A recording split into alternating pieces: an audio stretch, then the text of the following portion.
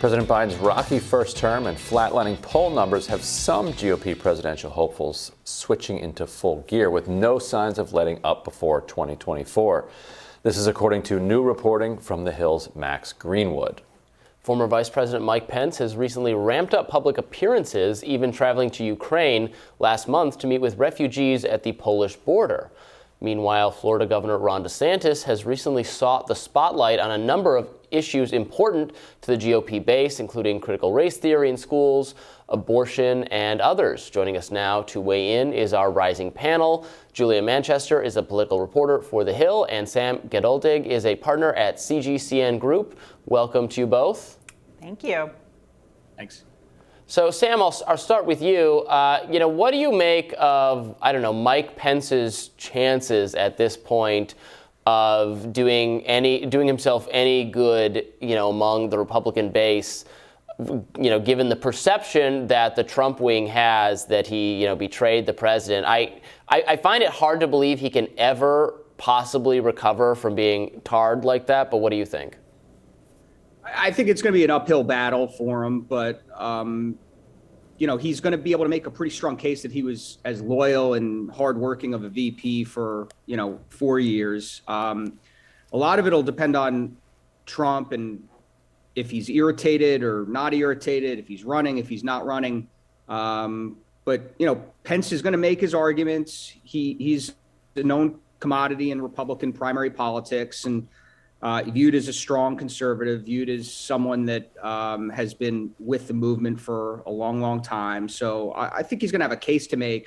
A lot of it will depend on, outside factors that are well beyond anything he could control. And it'll be interesting to see where, primary voters are, 3 years after Trump left office. The assumption is that they're all there and they will continue to be, and they won't waver. We're going to find out. It's coming real soon. And I'm curious for Sam's take on this too, but Julia, to me, the only shot that Democrats seem to have would be complete Republican overreach. Because it's already April, and they're going nuts. How are they gonna keep themselves under control between now and November? This weekend they were out protesting Disney, making themselves kind of look, to me, ridiculous.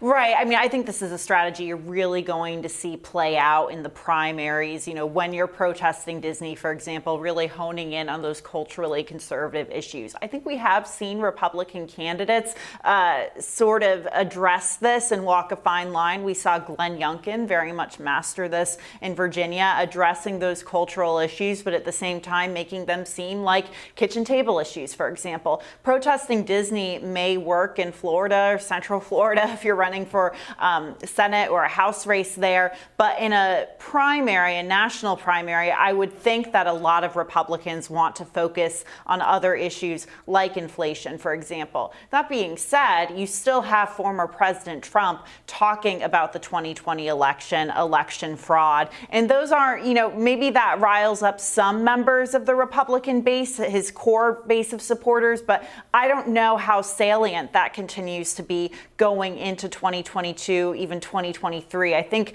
with Trump in particular, we could see the table set for the primary topics these candidates talk about this year and even in coming years ahead of 2024 through what Trump talks about and really through what sticks. We don't know if Trump's necessarily in all of his endorsements this cycle, if he's going to be successful, so we'll have to wait and see there. Yeah, I think it's pretty clear that channeling the culture battle has done many Republicans a lot of good in the last year or two. The new cultural battle over what's being taught in schools, that kind of stuff, it's helped DeSantis' star rise very, very high. Sam, what advice, would you give to someone like a DeSantis who's really looking to kind of seal the deal, this ascendancy that, now I don't know that he could actually, I think it's going to be interesting if it actually ends up Trump runs and he's going to confront him. That's one scenario. If there's no Trump in the race, DeSantis' path is obviously much, much clearer. But, how does he navigate this kind of thing?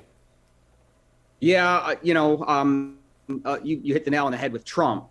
If Trump is throwing rocks at him, it's going to be a lot harder than if he's either neutral or supportive. So, is Trump running? And no one knows the answer.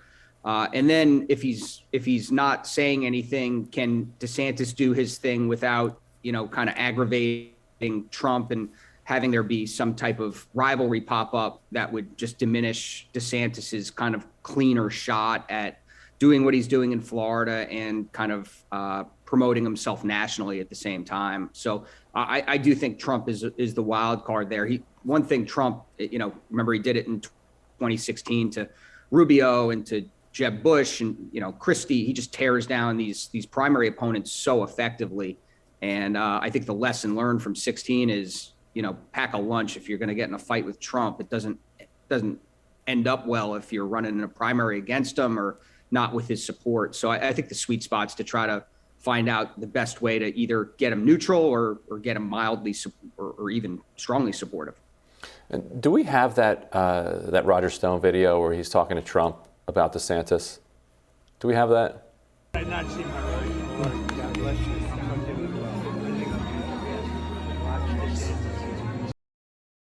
Basically, Roger Stone was down at hanging out with Trump. Julia, did you see this? And they talk. He's like, "Hey, I'll see you later."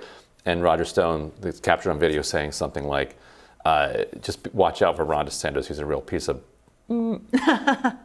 So, do you think that reflects a real sense in the Trump camp of a deep rivalry with DeSantis, or is this just Roger Stone playing out some internal Florida rivalry that he's got, right, and kind of reinserting himself into the conversation, or is it some of both? I think it's the question as to how deep the rivalry is. We have heard several reports surfacing from the Trump and DeSantis camps about, this potential feeling of competitiveness between the two. Now, both sides very much trying to push that aside, deny it, saying everything's fine, no trouble in paradise. But look, Ron DeSantis is someone who really benefited from President Trump's brand, very much tied himself to the president when he ran for governor in 2018. Stylistically, he's very similar to the former president.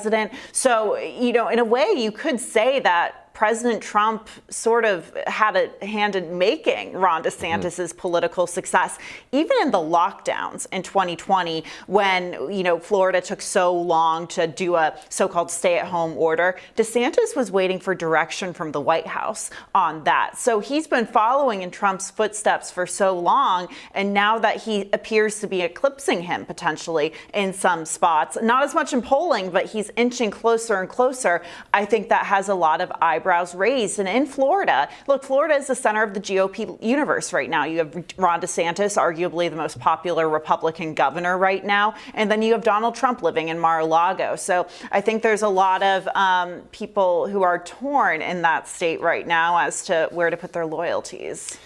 Sam, how much do these Trump endorsements matter? Because probably they don't matter that much to the primary voters or, people not highly attuned to politics.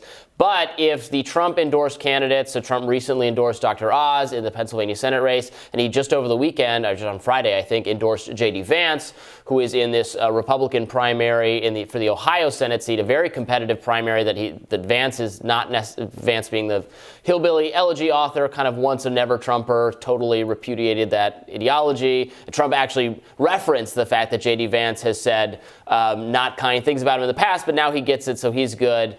Up against Josh Mandel, I believe some other candidates, who's also a hardline Trump person. So it's not clear that Vance will win, but he very well might, and perhaps the Trump endorsement puts him over the edge. But does it matter to sort of political, insider people, the people deciding who they're going to line up behind if these Trump endorsements don't work, don't get these candidates over the edge? Does he look vulnerable or challengeable then? Yeah, I think certainly the people that get the Trump endorsement want it badly. Vance, I think, is in the mid kind of range with polling in the state of Ohio in the Republican primary right now. I think Vance is hopeful that this endorsement will propel him to kind of the top of the the Republican primary and knock off Mandel and some of the other candidates that are running. He did it with Oz in Pennsylvania. My sense is the endorsements are nice things for these candidates to have. Trump, I give him some credit. He's taken chances with candidates that are not, not front runners. It doesn't look like they're obvious winners. So I think for that reason, it doesn't necessarily hurt him or his credibility if those if Vance stays at fourth place after or moves up to third or second, then Trump can say the endorsement helped. He was just, a candidate that couldn't catch fire or whatever. I don't think Trump will care enough to have to explain why, the endorsement didn't work. I think when Trump runs in a primary, those voters are very loyal to him, and maybe they view an endorsement of another candidate as one thing, but sticking with Trump in a Republican primary is quite another. So we're going to find all this stuff out. I don't think anyone's an expert on any of this stuff, and it's going to be really interesting to watch, just like 2016 was, and I'm kind of looking forward to seeing what happens. My favorite line on this from Trump was recently he was down in Georgia at a rally for Perdue, who he endorsed for governor, and he said, David, you better win, or else I just wasted like my entire day down here. Says it like it is. Says it like it is. Classic Trump. Sam, Julia, thank you so much for joining us. Thank you. Thanks for having me. And we'll have more Rising right after this.